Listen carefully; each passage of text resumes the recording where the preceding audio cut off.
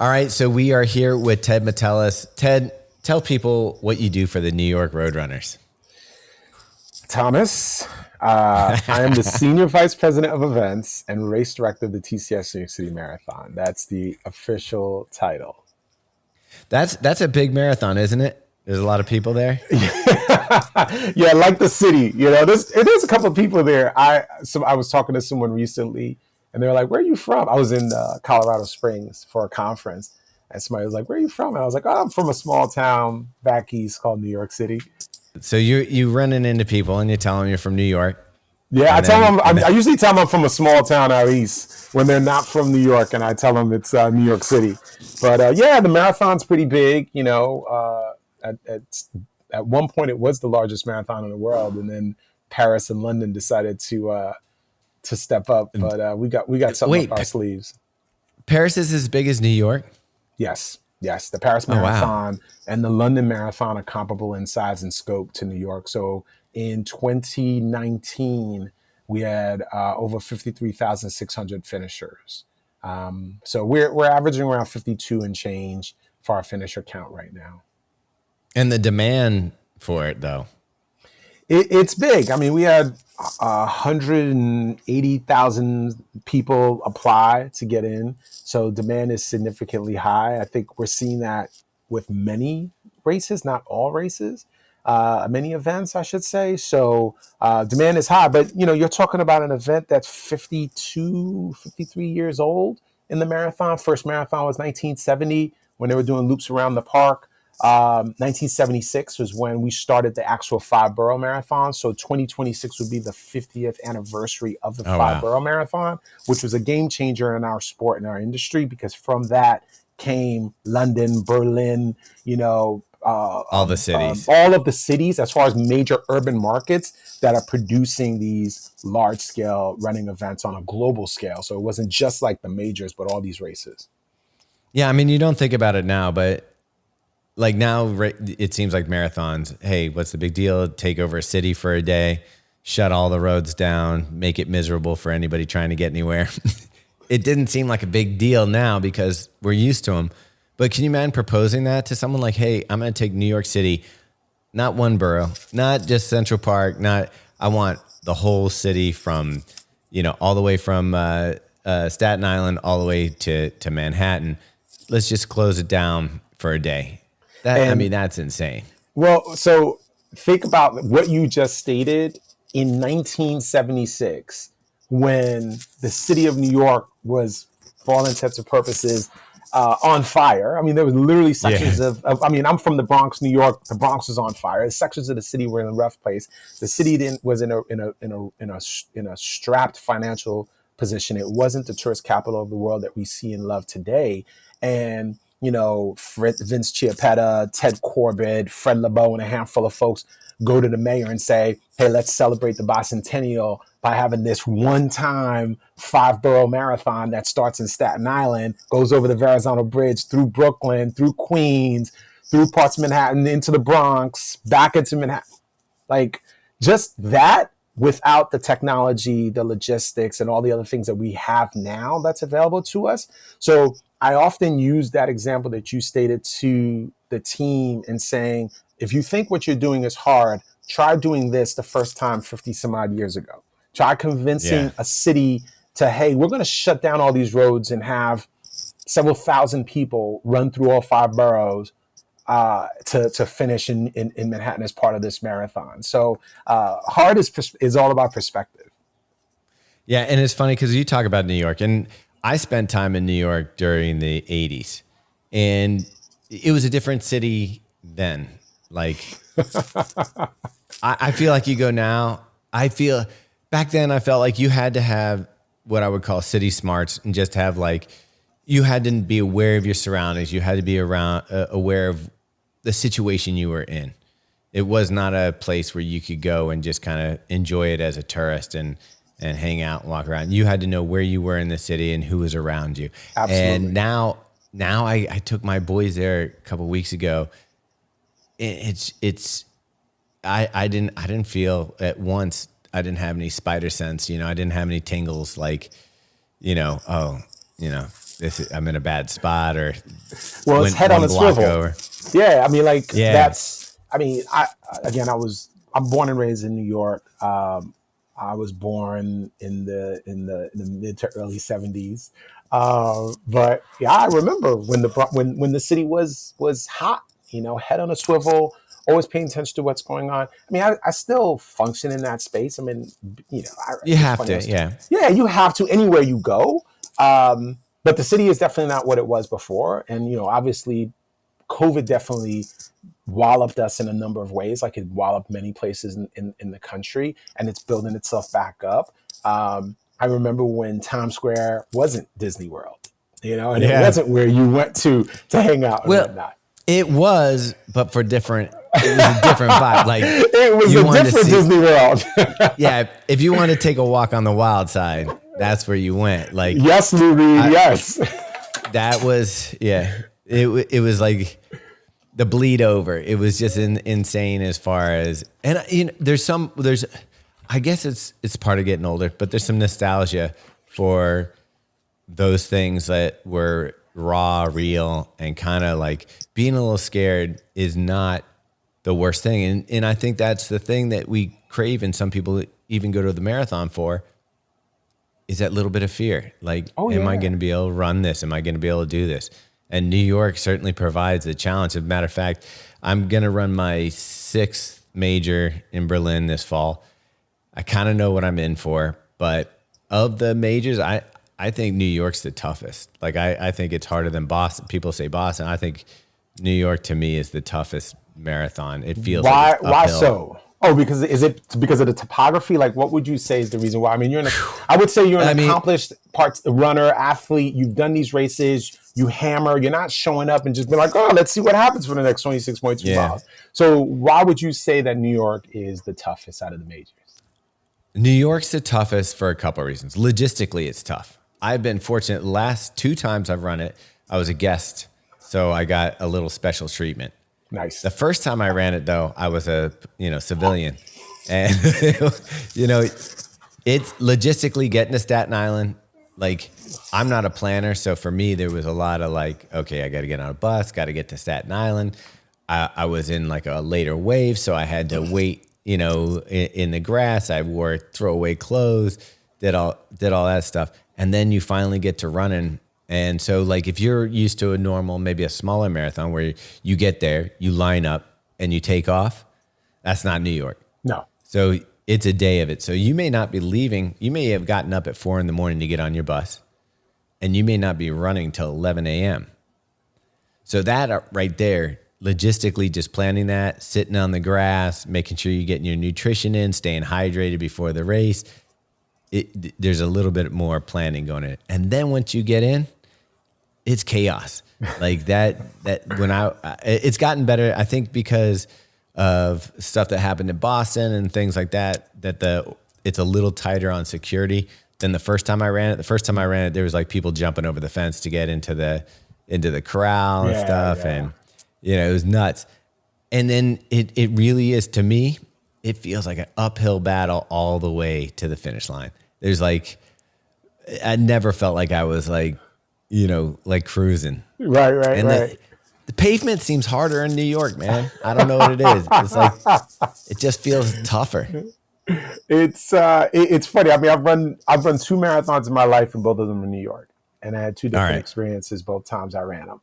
And I obviously had the inside scoop because I'd worked at the marathon. My first marathon was 2001 that I worked, and my first marathon that I ran was '08. So I had 7 years Oh, wow. of being a part of the marathon in a variety of capacities, working the start, the course, and the finish. So I knew this thing frontwards and backwards. And I was living in South Florida at the time. I was the interim race director of the Miami Marathon.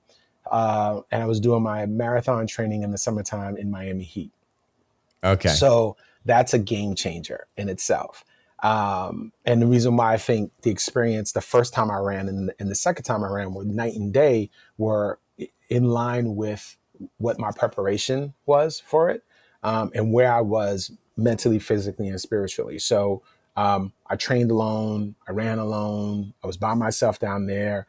Sometimes I'd be able to connect with a couple of little run groups back down there in '07, leading into '08 when I was at that event, working in Miami for the marathon. But I did not have a running community per se while I was there, and our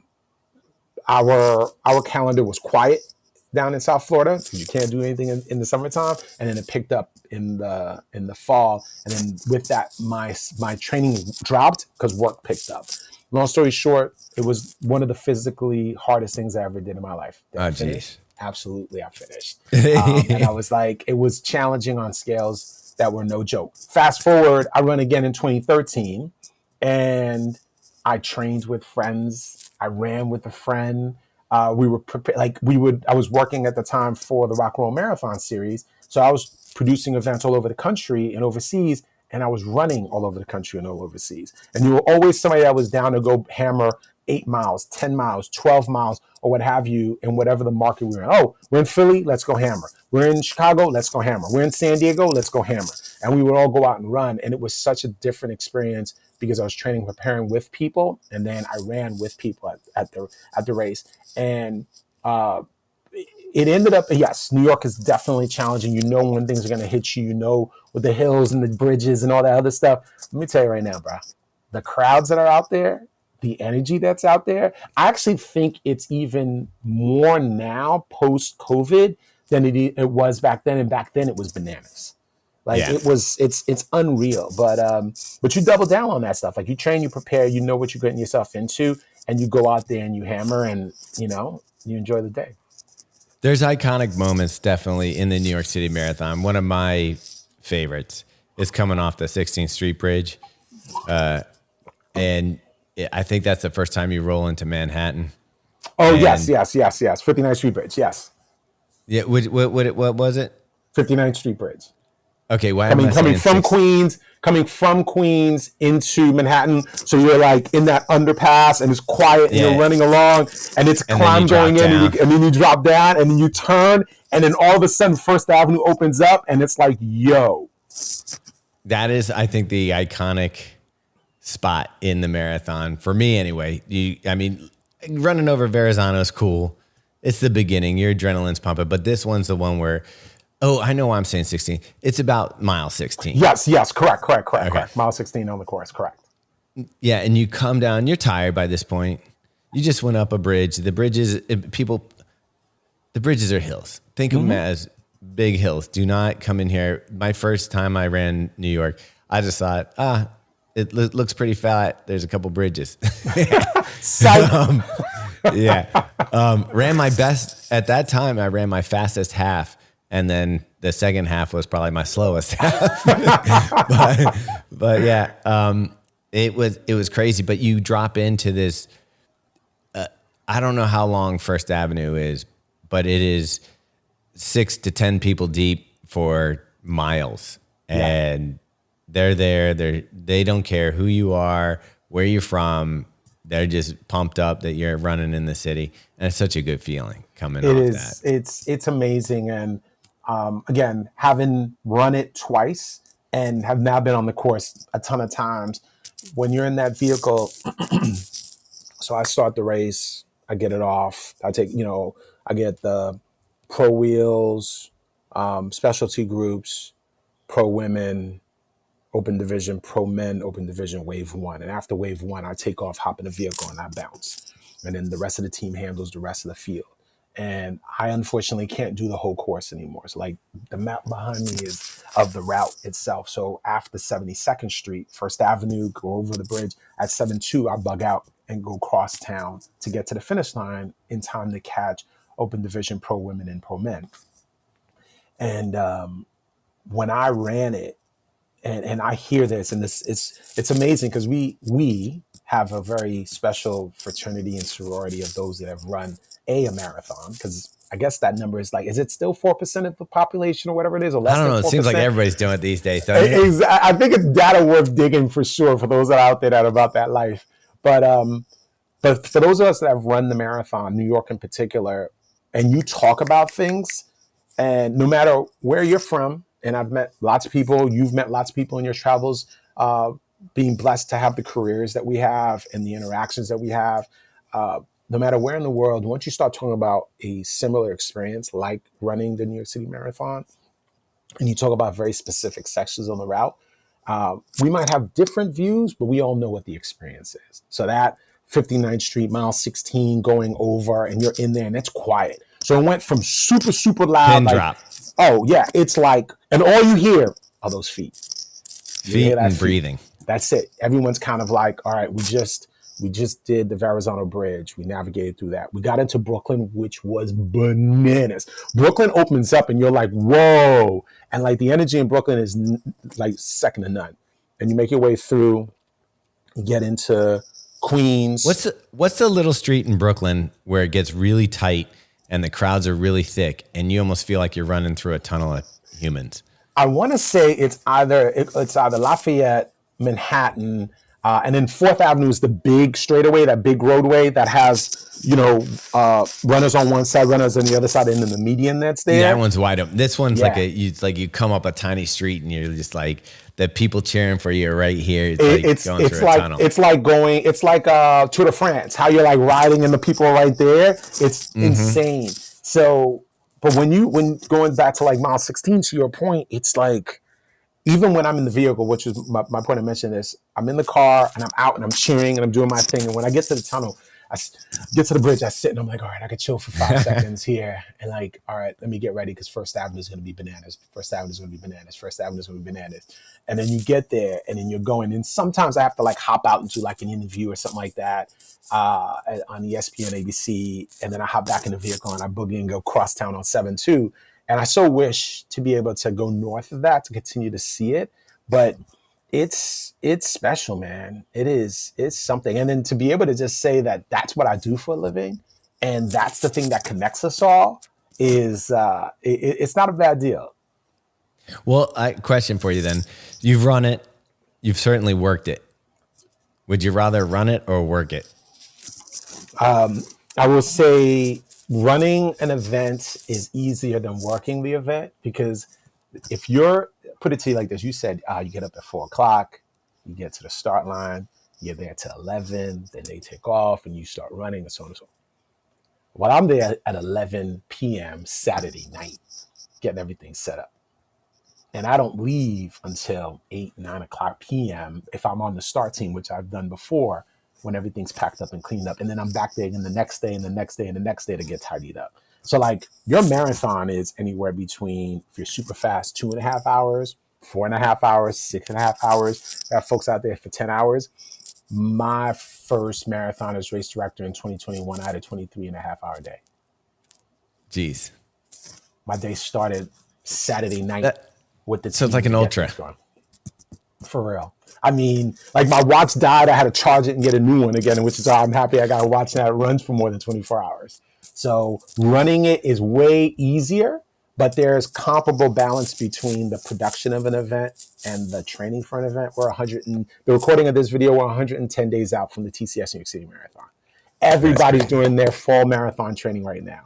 We're all doing our logistical planning. I had a meeting with the city yesterday. My teams are looking at elements on the route. We're all getting everything set up in preparation for November 3rd. Just like everyone else is out there getting their miles in, getting their training and getting themselves prepared and whatnot. So there's definite parallels on both sides. All right. So I've worked with race directors before in the past. I've seen how much work goes into getting an event. It's a year-round thing. It's not something that just they throw up a arch and people go.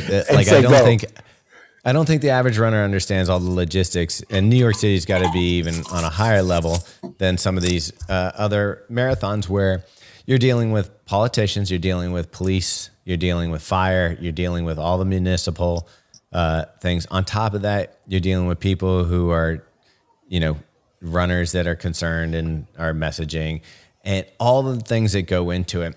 And it used to frustrate me because I would see the complaints of the average runner that maybe they didn't get a water bottle handed to them the way they wanted to, or they didn't get to exchange a bib that they wanted to, or, whatever the stuff is. And I've always felt like there's a responsibility that we don't really talk about that the race director is doing such a heavy lift. And the fact that the small complaints that are out there are things that runners are complaining about is actually incredible when you're moving 50,000 people and doing these things and working with the government and all this stuff. That do you ever like just want to pull your hair out when you hear some of this stuff that like people complain about or, mention? It's part of the job. Thankfully, I still have hair to pull out, so I'm blessed for that. Because a lot of my peers don't.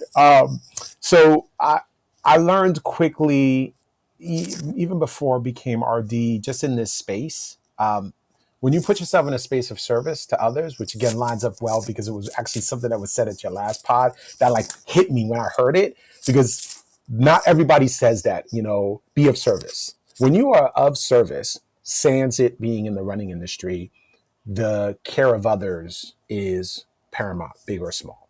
So like folks that work in restaurants and hospitality and so on and so forth, like for all intents and purposes, I have a pseudo hospitality job. I got to make sure that you're okay. I got to make sure you have what you need. I want to make sure that you have a great experience. That could be at a hotel, a restaurant, a bar. It could be anywhere that there is care to others at some capacity. So yes, it's challenging for sure. And when you learn, and it amplifies significantly in this role, I learned two things I've learned in the last 4 years or so being in this position. One of my colleagues, good friend of mine, who now lives down in South Florida, he was like, Ted, why do you worry about this and why do you worry about that? And I explained, I was like, Todd, everybody's problem is my problem. In this position, everybody's problem is my problem. So that's the first thing I learned. And the second thing I learned even more recently is, the classic line, stay in your lane, stay in your lane, stay in your lane. Well, my lane is 6 lanes wide. My lane is that wide because I'm responsible for all of those things at some various capacity. Thankfully, I have very, very talented people around me. I have an incredible team. I have a great boss and, our CEO, Rob Simulcare, and my senior leaders that support me and my operations team on the ground. So there's support mechanisms in play, but you're responsible for all those things. And what I find myself trying to do is mitigate the noise as much as possible, whether it's I didn't get my water bottle the right way or I didn't do this or I didn't, because the more information that you know going into an event, the more prepared you are going into an event, whether it's the TCS New York City Marathon or any other event, the better your experience is going to be. And like you said that you have been doing a fair amount of travel and whatnot and going around, the more prepared you go into those travel experiences, the better the experience is going to be. It's work to get that prepped. And I know you say not much of a planner, so I'm imagining Megan's the one that's doing all the pre-pro, so props to her. But like, you might be right on that. You see, so shouts to her. But yeah. I think that the more prepared you are, the easier the experience is because it's like, oh yeah, I know exactly what's going on. Well, that's a good point. And I want to jump in there and ask the question that would go along with that is how can, as runners, because hopefully there's some runners listening to this, how as runners can we be better participants and help make events not only great for the people who are putting them on, but the other people that are participating? How do you be good for the community? Can you give me some tips on that? 100%, Thomas. Now you're like talking my vibe.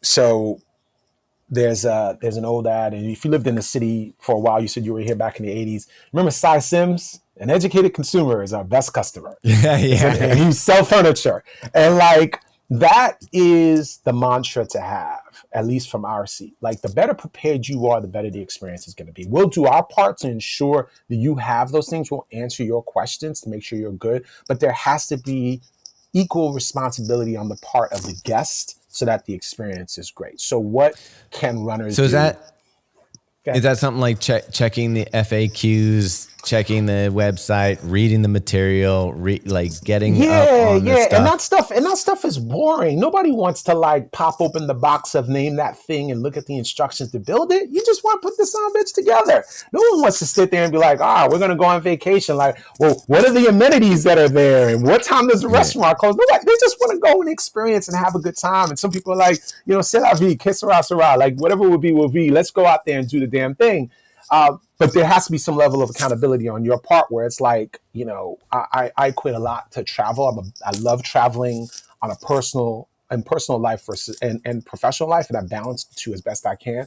The better prepared I am going into my flights and my travel, the better the experience is going to be. I'm sorry I sound like a broken record, but like, you know, um, if I'm flying international, I better for damn sure have that damn passport ready to go and sitting there. And I did my work to see, like, am I going someplace that needs a visa or not? Like, what's going on here in that sense? So yeah, doing that little bit of instructional work is key. But I think what makes it less homework and more fun and engaging is uh, some folks call it educating. I call it informing. You want to inform folks and let them know what to do and have a good experience. And the beautiful thing that you, Thomas, and other folks that are in a position of amplifying a message of a great race and run experience is sharing those little tidbits that will make that experience that much better. So like, what are some of those things that you want to do? And what I do hope is there are a couple of runners that are listening to this, and maybe it's on their long or longish run or mid-level run on a weekend, and they pop this thing in and listen to us chopping it up to get themselves psyched and excited for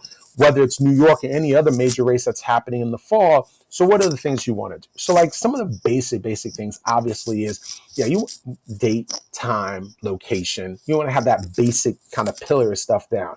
Expo location, expo time. When do I need to get there? Some expos require you to kind of like predetermine when you're going in. That's what we do here in New York because it kind of manages the flow a little bit better and gives you a better idea of what it is.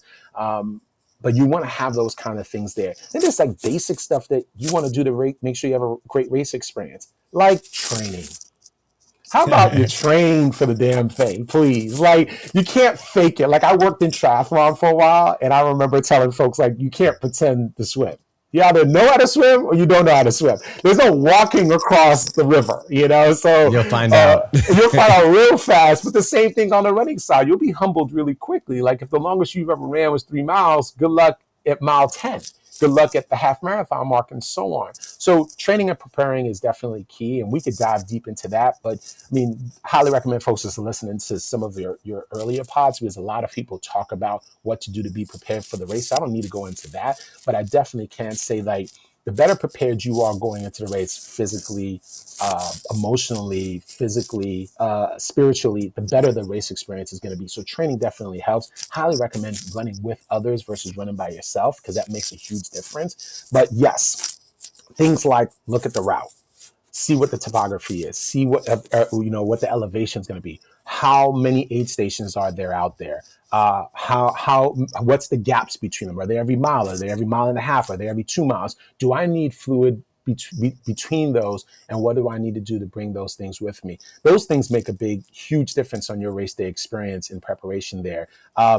One of my biggest pet peeves is, can you please wear your bib in front of you and not behind you, unless you plan to run backwards, or unless you're, one of our wheelchair athletes that are on a wheelchair and you need to sit, put the bib on frontwards, please. Why do you think people put it on the back?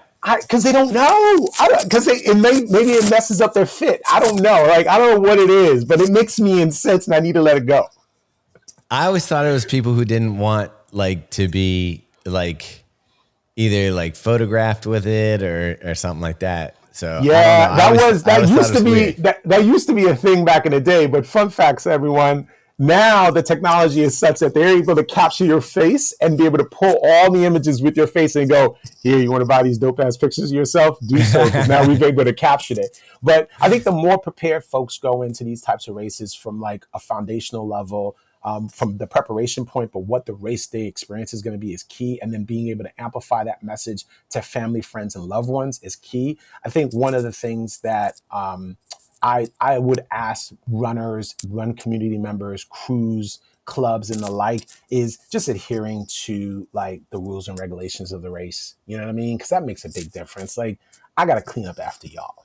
Pick up your mess. So are you talking about it seems like there's a popular thing to spray confetti and do that kind of stuff. Is that a nuisance for you guys? Because you end up having to clean it up? And it's not exclusive to just us, it's everybody. And listen, the photos look amazing. I love seeing people with the big smiles on their face. I run races. No one's ever popped a confetti cannon for me. It should tell you how slow my ass is going. But I get it. I get the celebratory component, but like at the end, what are you leaving behind you? And like the Yeah. mantra in race of in event production is leave a place better than it was when you were there. So you got to keep up and clean up after you. I mean, And that then should be what your mantra no matter what you're doing. in life for sure. So folks Yeah. taking and applying that to that experience is key. And so if somebody's like listening to this and be like, so Terry, what do you tell me? I can't use confetti cannons? Don't use confetti cannons. So what do I use instead? Use bubbles.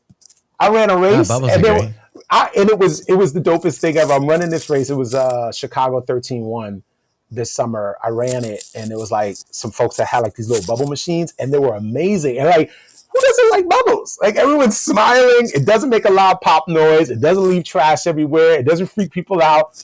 It's bubbles. Yeah. I mean, it's a double-edged sword because I do love like district running does a great job down at Cherry Blossom. So you come through and it's just hype. They got speakers out there. Oh They got yeah. megaphones. They've got all the stuff going. And I really love having that on the course. I do see that there's like a struggle now for race directors to be like, okay, everybody's parties are getting bigger, louder, and more exciting. How do we keep that excitement but do it in a way that doesn't interfere with people running or that stuff. So that's been a conversation people are trying to have. So I can see that being a difficult thing for a race director. But you have in New York City, other than race crews, you've got celebrities who are running. You've got pro athletes at the top of their game running like best world class, top of the line.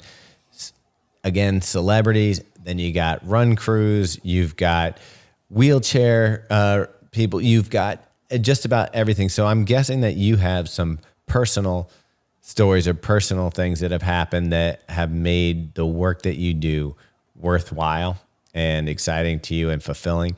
Can you give me some examples of some of the things that you've seen on the New York City course that have just changed your life, or Yeah, at least? man. It's there's been a couple. I mean, we were fortunate enough to meet during the RBC Brooklyn half, and we had a live pod, and which was amazing, by the way. So props to y'all. Had a great time. It was a great experience, and it was so laid back and chill. I hope that the listeners and folks that watched it felt that like easy vibe.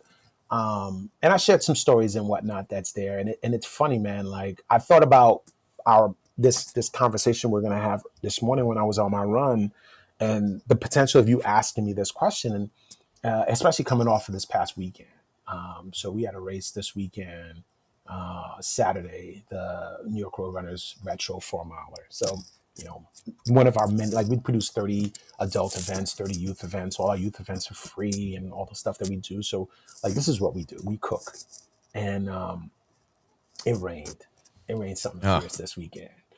Saturday was no joke, and the team was out there. I got out there with the team like 3:30 a.m. And I don't need to be out there at 3:30 a.m. I'm a freaking racer. I got to show up at like 10 minutes before the race starts. But because my crew were out there grinding, and I knew the biggest thing was not so much the rain, but there was a threat for lightning. And I'll get to the marathon stuff in a second, but there's a correlation and a tie to it. So I wanted to make sure I was out there with them too. One, to make sure that they were safe and everybody was good, but also to let them know like you're not navigating this by yourself.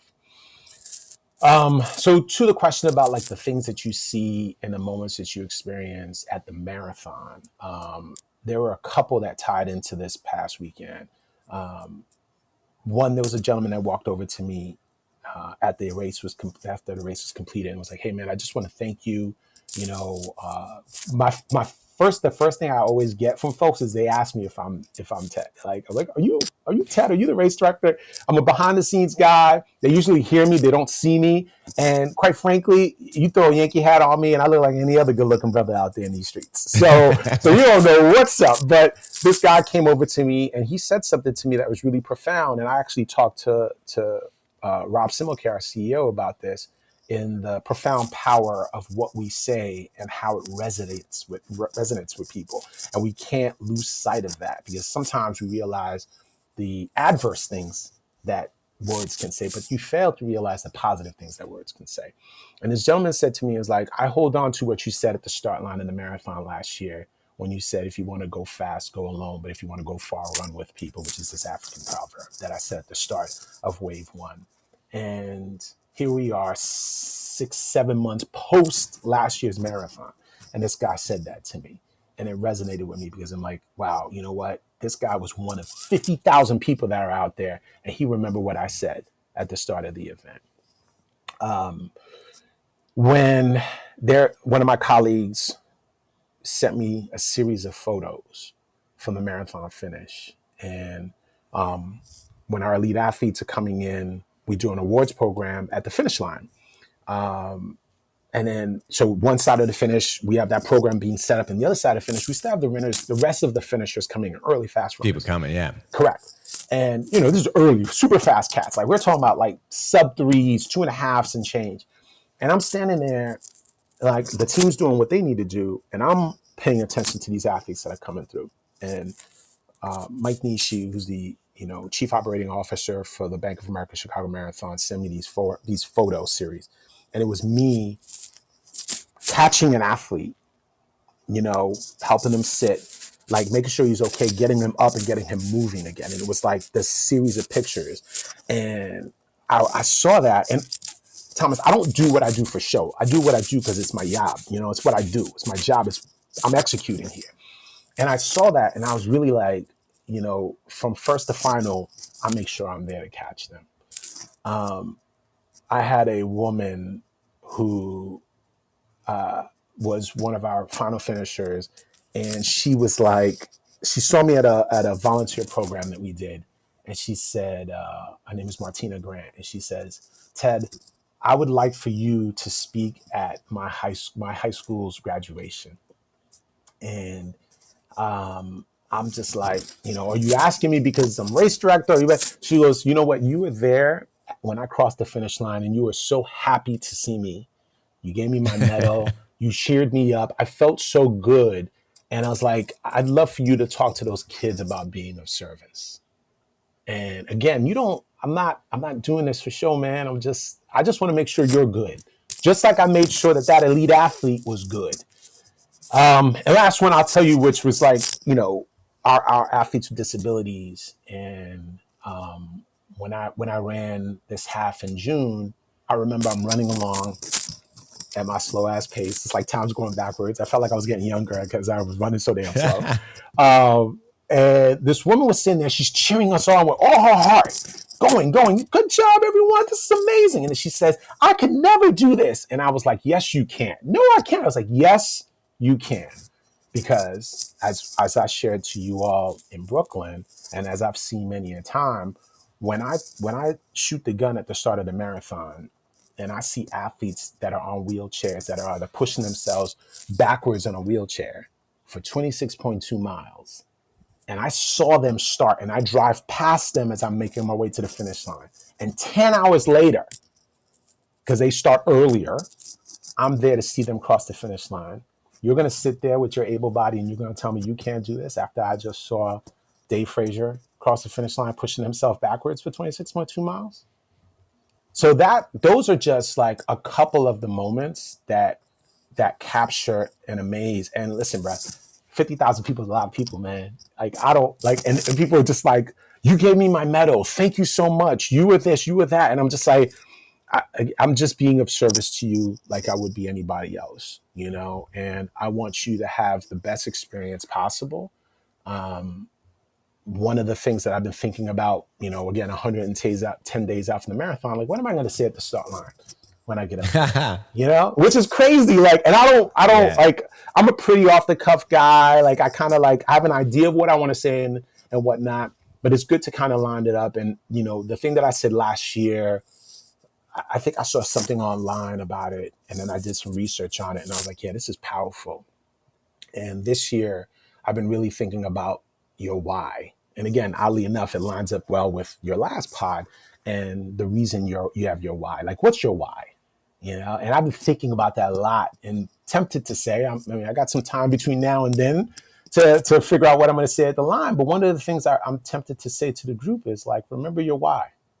There was something that said to you, I want to register for the marathon. There was something that said to you that I want to train for the marathon.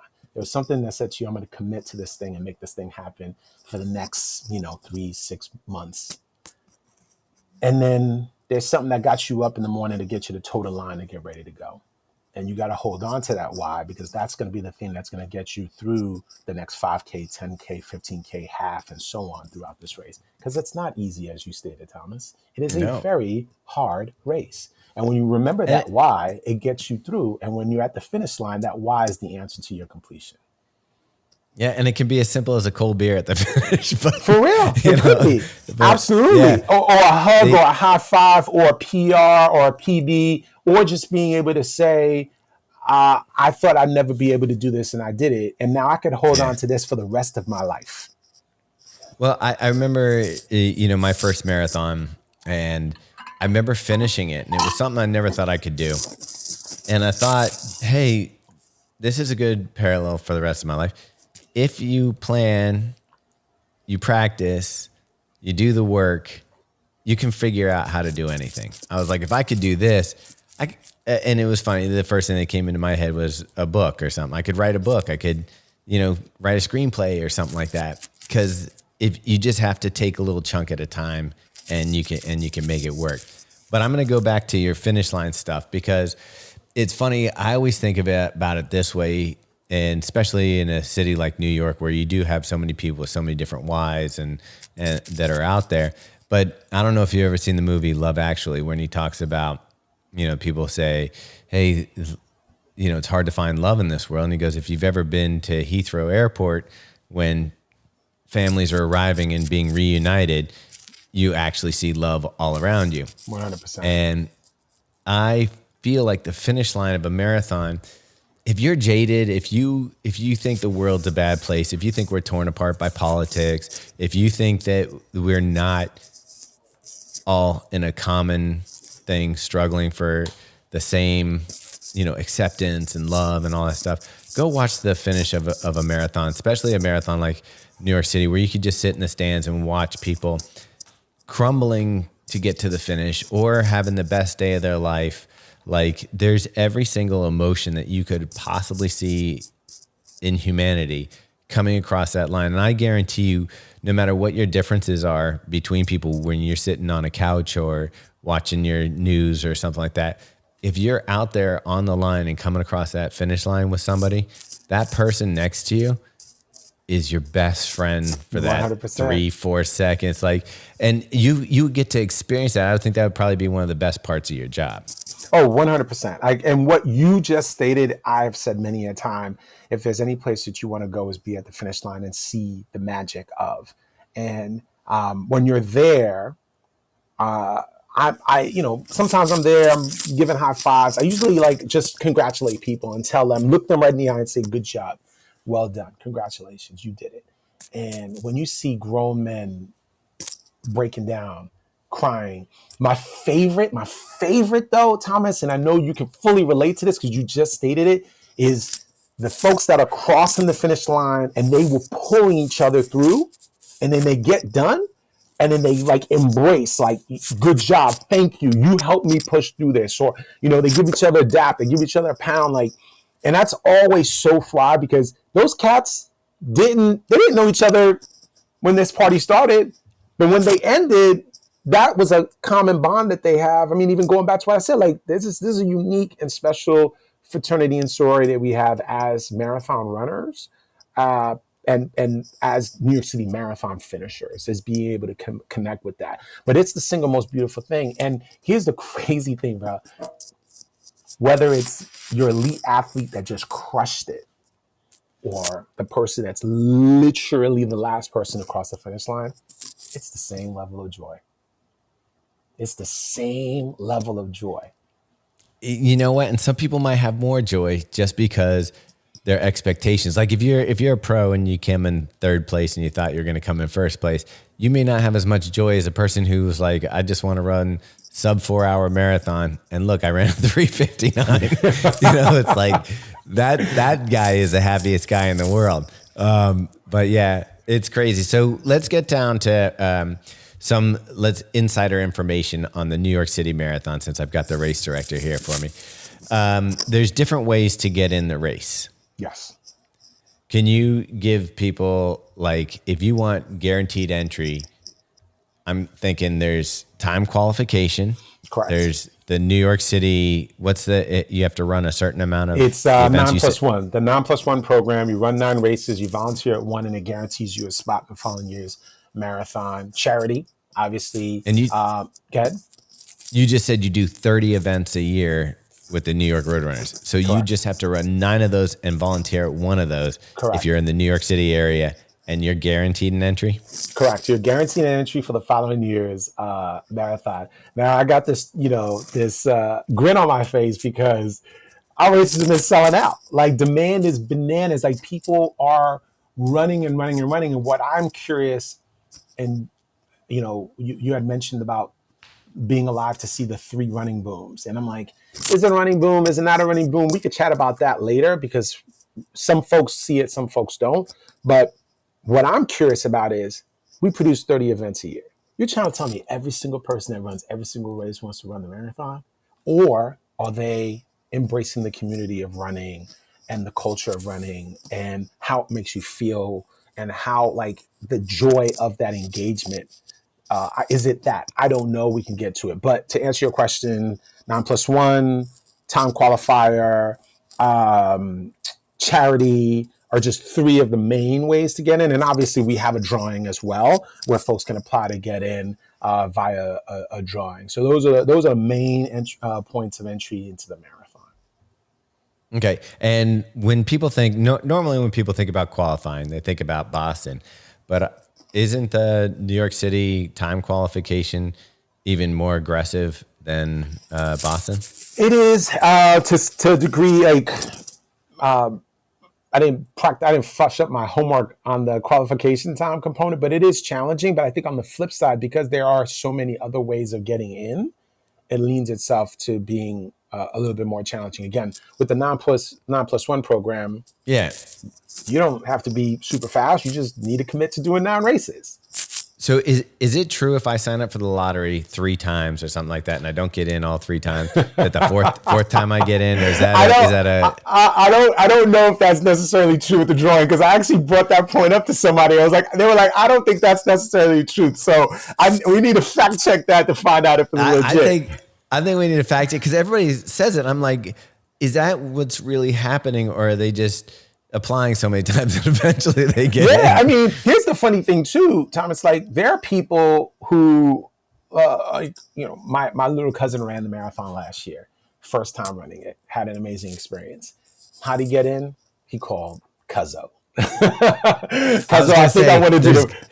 There might be one other way to get in. Yeah, and I'm telling everybody, do not holler at your boy. I do not have any entries. I said this back in May in Brooklyn, and I'm saying it again now. But I thought it was amazing that my youngest. I remember when he was born, and he wants to run the marathon and experience this firsthand. And I was like, that's dope. So I tell everybody, apply. I was like, apply. He applied. He didn't get in. He hit me up, and I was like, sure. I have an entry for you. Here you go. You run. Yeah. He ran. It was incredible. He proposed to his girlfriend at the finish line. It was amazing. New York Nico's recording it. It's on ESPN. I'm like, yo, this is crazy. So he applies this year and gets in. And I was like, wait, what? Like, first of all, you want to run this thing again? I was like, they just had a child. I'm like, your whole world is upside down right now. And he goes, yeah, I just applied and got in. So it is truly a drawing. Throw your hat in a ring. You get nothing unless you try.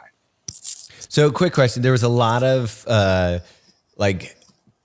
buzz around the fact that there's media people who get in to different events and marathons. And there was, some backlash. But here's the thing. You guys depend on sponsors to help make these things happen. And, of course, when I'm going to sponsor and I'm going to spend millions of dollars to sponsor one of the best marathons in the world, I'm probably going to get some entries. Yeah.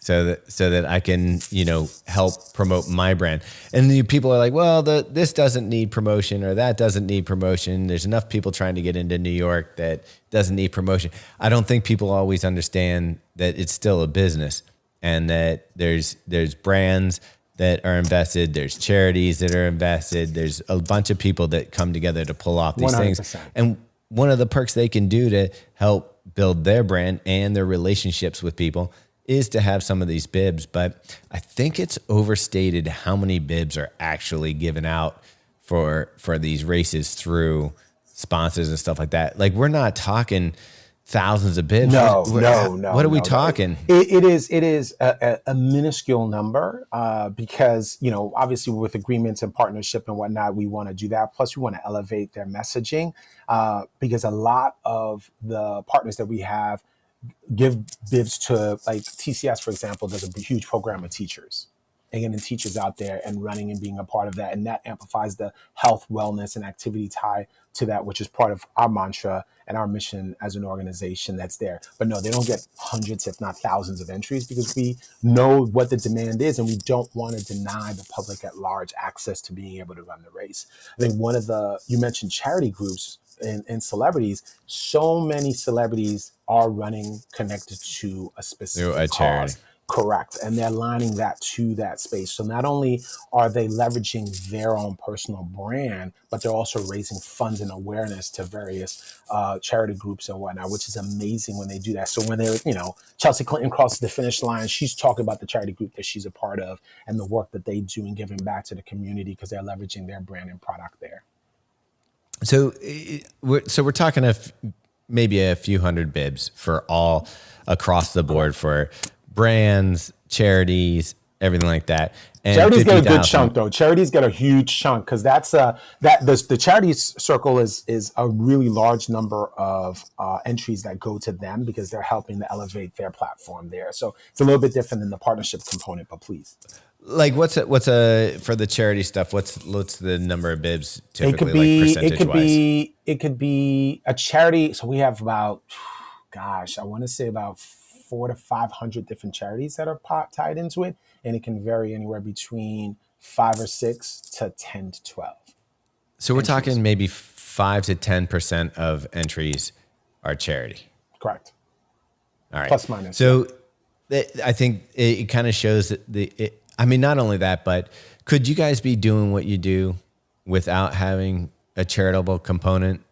We're a nonprofit organization. So so it lines back up because even our own charity group, Team for Kids, gets a good chunk of entries that are tied to that. And it lines back up to what we said earlier today, which is the why. We're not just willy-nilly giving entries into this person or that person or this thing or that thing. There needs to be a link back to the mission and the cause, which is the transformative power of running the benefits of health and wellness from youth to seniors. And if you tie into that, then we're all supportive of it as well. So yeah, it's the charitable point, and I was talking to a colleague about this yesterday too, which is really interesting. If you're a nonprofit organization, you may not have the means to be able to do a huge gala or produce a marathon or an event of your own. But if there's a marathon that exists, and this happens globally, they leverage your event as a platform for them to raise funds, awareness, and activity that's there. And that happens across, which is a huge piece to it. And it helps amplify, gets people running, gets people moving, gets people out there, but also helps them link back to the cause.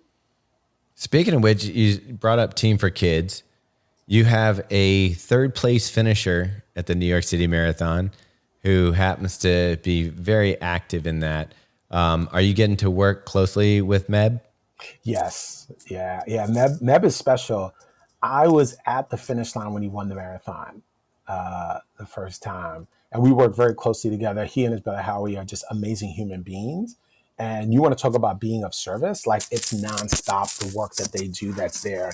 And whether it's through Team for Kids and even the Meb Foundation, which is his charitable group, we definitely support, engage, and connect on that scale. And New York is special, Tim. To be able to say this is a marathon that he's won, it's right up there with Boston. And we don't even need to talk about that Boston experience because that was insane. Wait, so did I say it incorrectly? Meb, I thought Meb came in third in New York. You're saying he got first place in New York City as well? He won New York. Yep.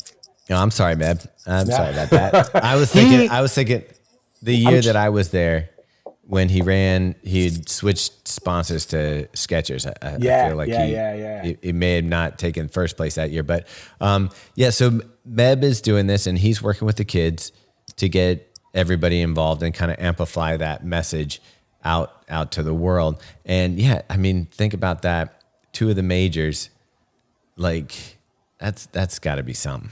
Yeah. It's he's a special one, and to have winners of these races, Des, God, I mean, I don't know if you've ever spent any time with Des Linden, but she's like salt of the earth. And you're like, she won one of the most iconic marathons in the world with that Boston win in that Yeah. rain and whatnot, which was no joke. Shalane Flanagan also winning recently, and her powerful win there. And Yeah. then they turn around and they're of service. Iconic quote. Yeah, yeah, Iconic. yeah, yeah, yeah, yeah, yeah, for sure, for sure. But Yeah. it's amazing, man, and it's exciting too to see what the future of U.S. running is going to be and where that's going to go and who's out there. I mean, all eyes on Paris and what's going to happen there with Yeah. the athletes and whatnot. And I think it's cool too because I'm a logistics and operations person. Like I'm a builder of the experience. I've been learning so much from my colleagues, the other RDs, and my colleagues here on the elite athlete side of things, and really doing the digging and doing the research and the learning about, what these athletes are doing in preparation for our races, but what they're doing on the courses as well. And it's amazing. It's impressive to see what their feats are and being able to win these races and podium. Absolutely. So we're getting close to the hour mark here. So I'm going to ask you to kind of give me like, what's a takeaway that I want to have, not just about TED, but a New York City marathon, the whole thing. I mean, we didn't even get into like 90s hip hop or anything like that, which I know we would vibe on. I know you DJ, and we were, I think we got to be around the same age. I don't know. I might have you a little bit. I was born in the 70s, the early 70s. I'm sure you could search it out. So I just turned 50.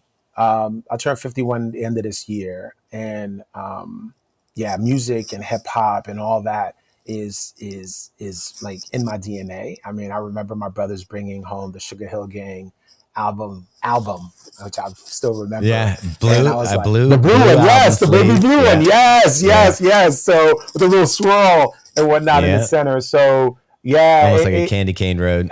yes, very much so. So yeah, music is definitely something that ties into me. But and I had the pleasure of DJing at our pre-party at the RBC Brooklyn Half pre-party a couple of times, which was fun. So amateur hour, as I like to call it, just get up there and spin. You had people moving. Yeah. Listen, all I need to do is play the music, man. Let the people do their thing. So that was fun. But you were gonna ask a question that wasn't gonna take us down the path of music and hip hop and age and whatnot. But please. I wear it as a badge of honor at this point, like being able to be in New York City during the time when it was popping off. It was the beginning, and 100%. Like I remember the first time Eric B and Rakim, just move the crowd and all that stuff. Oh yeah, I remember being in summer camp way back in the days and hearing Lottie Dottie for the first time.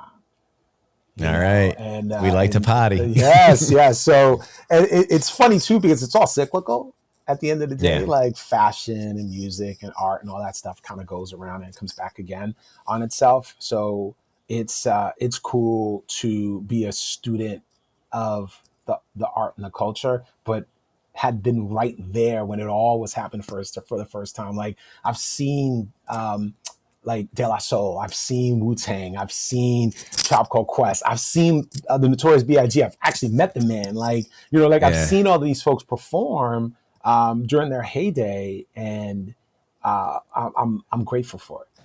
Where did you see De La Soul? Did you see him at Mars? I saw De La Soul in a couple of places. One, I booked De La Soul when I was in college to perform. Oh wow! Because I did concerts and special events, so that was back in like 90 something that I booked them. But I saw De La at some hip hop show.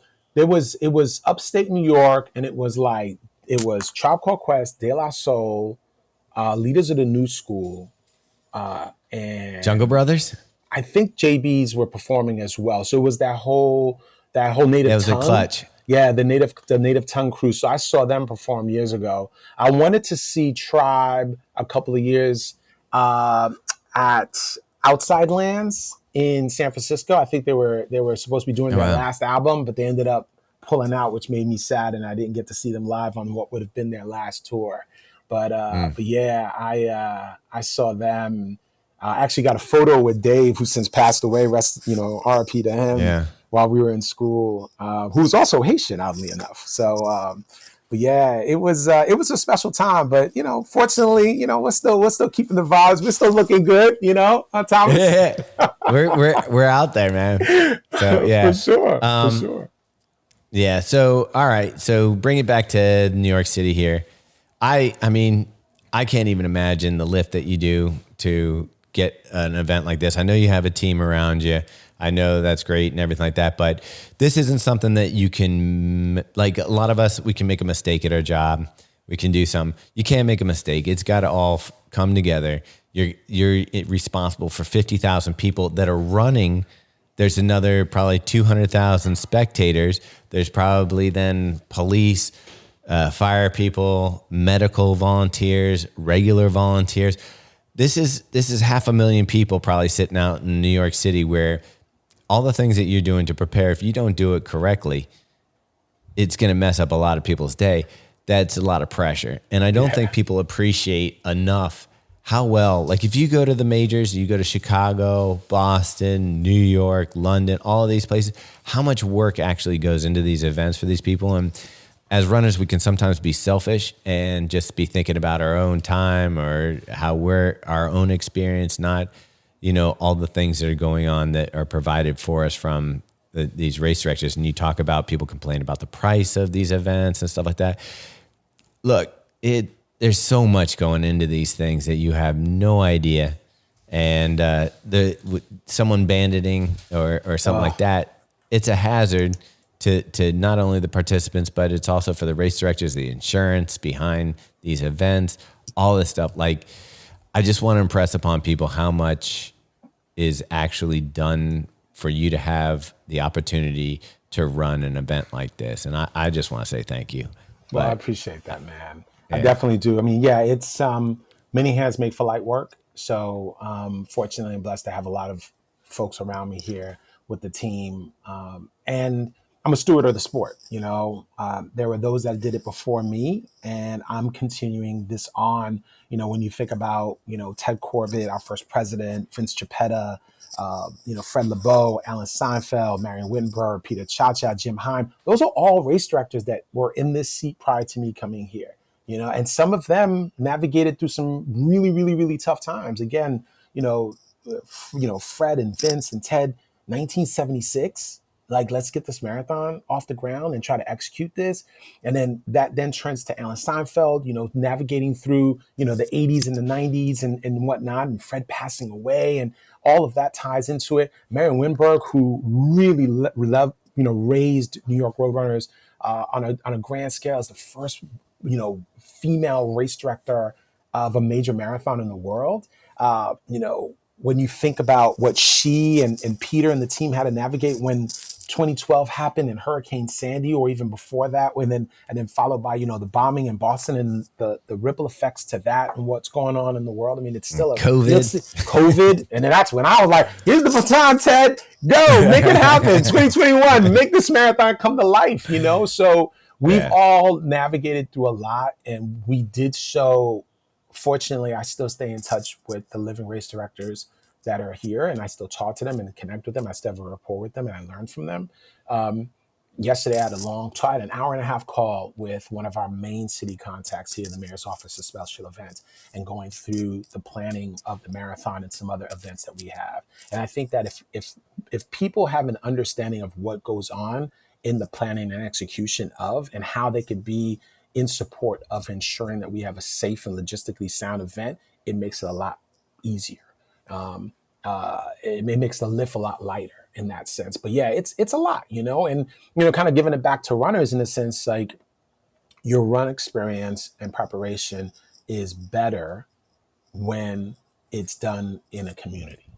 It's done with a community, and these events that we produce are done well with a community around me and us to execute it. So your race experience is that much better when you have loved ones out there cheering you on, and you have your crews and your clubs and your teams that help you train and prepare and sharing best practices and learnings and whatnot. The same thing applies in this case too. So there's definite parallels. All right, man. I guess we can wrap it up on that. Again, I really appreciate your time. I had a ball with you when we came up to Brooklyn, and you have I feel like we could talk for hours. You got stories, and I really appreciate you coming back on and kind of going more deep with me on it. So, for those of you who don't or haven't run the New York City Marathon yet, get in there. Put your name on that ballot, and fingers crossed for you, because it's an experience. There's nothing like it, and crossing that finish line at Central Park is got to be one of the best feelings that you can get, and the team does a great job. So thank you. All right, Ted. So much. Appreciate it, bud. Without a doubt, Thomas. Can't wait to see you again soon.